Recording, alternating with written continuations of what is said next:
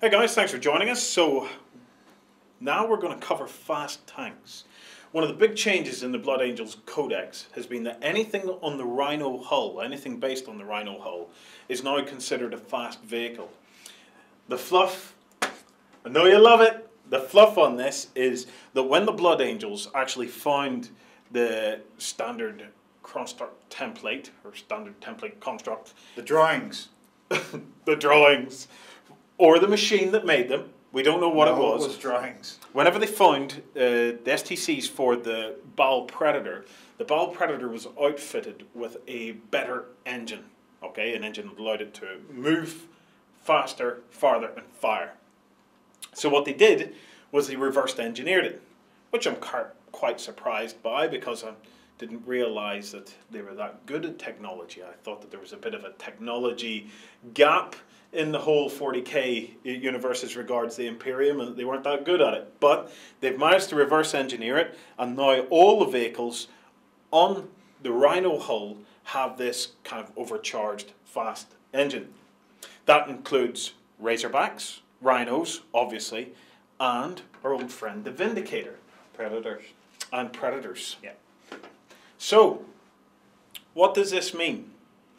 Darrell, what does this mean? It basically means you can move now 12 inches, or you can move flat out up to 18 inches, but you can move up to 12 inches, fire your main weapon and your defensive weapons. Yeah.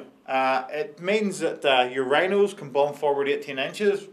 Once you've moved that fast, you'll get the 4-up cover save. You can't get out of a vehicle that has moved flat out, so you can't move 18 inches and then jump out. But can you get out of a vehicle that has the fast if it's moved 12 inches? Up to 12, yes. Yes.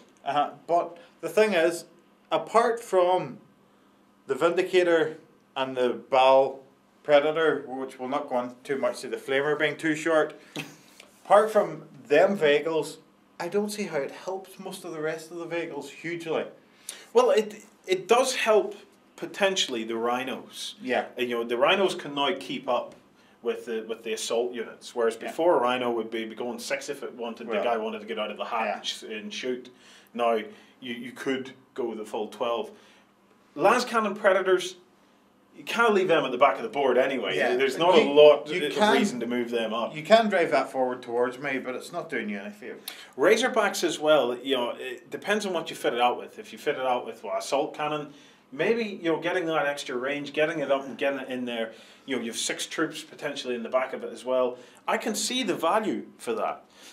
My big kind of thing that I'm trying to get my head around at the moment is how does it affect the Vindicators? Because when I first thought about fast vehicles, I immediately thought of Vindicators because my problem with Vindicators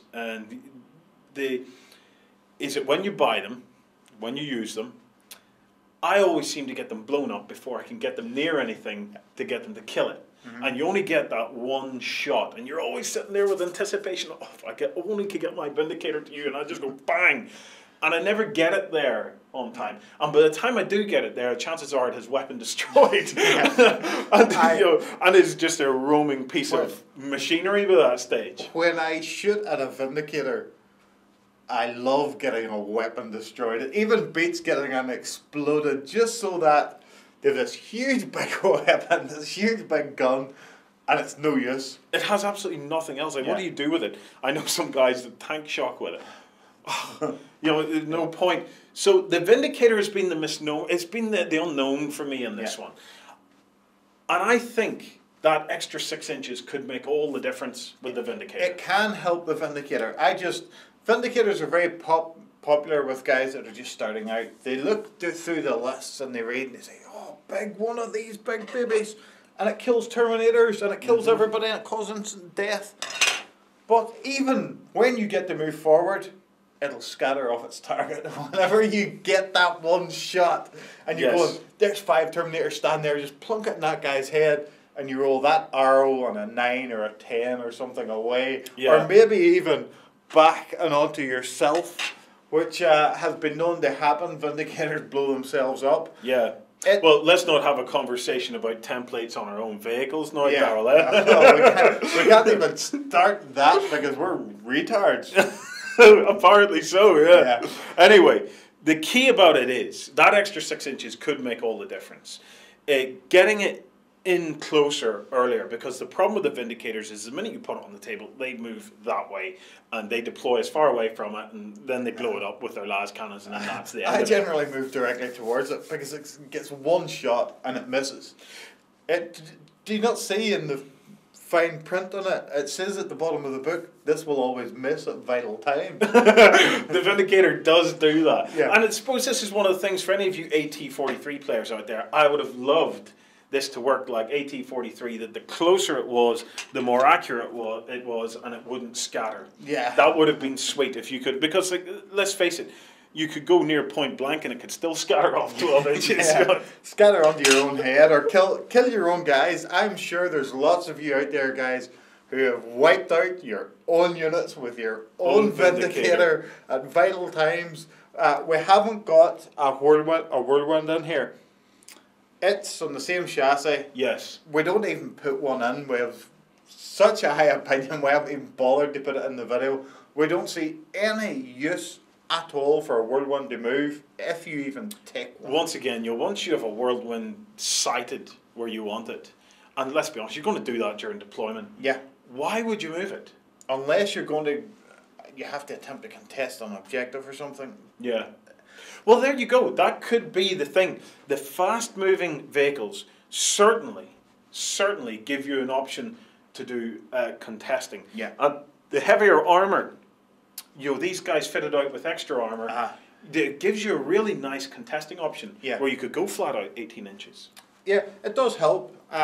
It is a good upgrade. You don't have to roll for it anymore. In the old book, you had to roll to see what happened. But yeah, to see if you got an overcharged engine. It is a good upgrade. In the old book, it could just go, plunk, I stopped. But now, you don't have to roll for it, so you just move. And it is a nice upgrade. You pay the points for it now. Like a Vindicator goes from 115 to 145. A Rhino's 50 points now. So they're not just them free little... I'll take a Rhino. Yeah, it's not a free upgrade. It is a free upgrade because you don't have to buy it separately, but you are paying for it because Blood Angels vehicles are more expensive. Yeah, these basically everything on a Rhino chassis has got more expensive. Yeah, pretty much because you get that extra movement, but it only helps really some of the vehicles. Yeah, doesn't help all of the vehicles, but it's a nice thing to have. Depends what you want to use it for, guys. If you think that it's there to get your las cannons and whatnot in range, your las cannons were already in range. If you think it's going to be there to bring these Vindicators in range, do you know what? It might just do that, but your Vindicators will still miss. If you think that you're going to use it in that last turn to try and speed your way over to contest those objectives, I think we could be onto something there with the Blood Angels. Yeah, it could be that is its best advantage.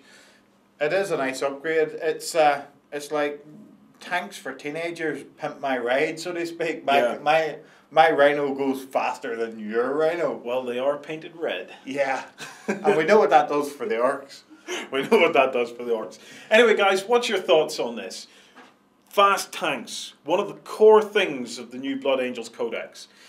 Designed primarily to allow the tanks to keep up with the jump infantry that are all moving fast.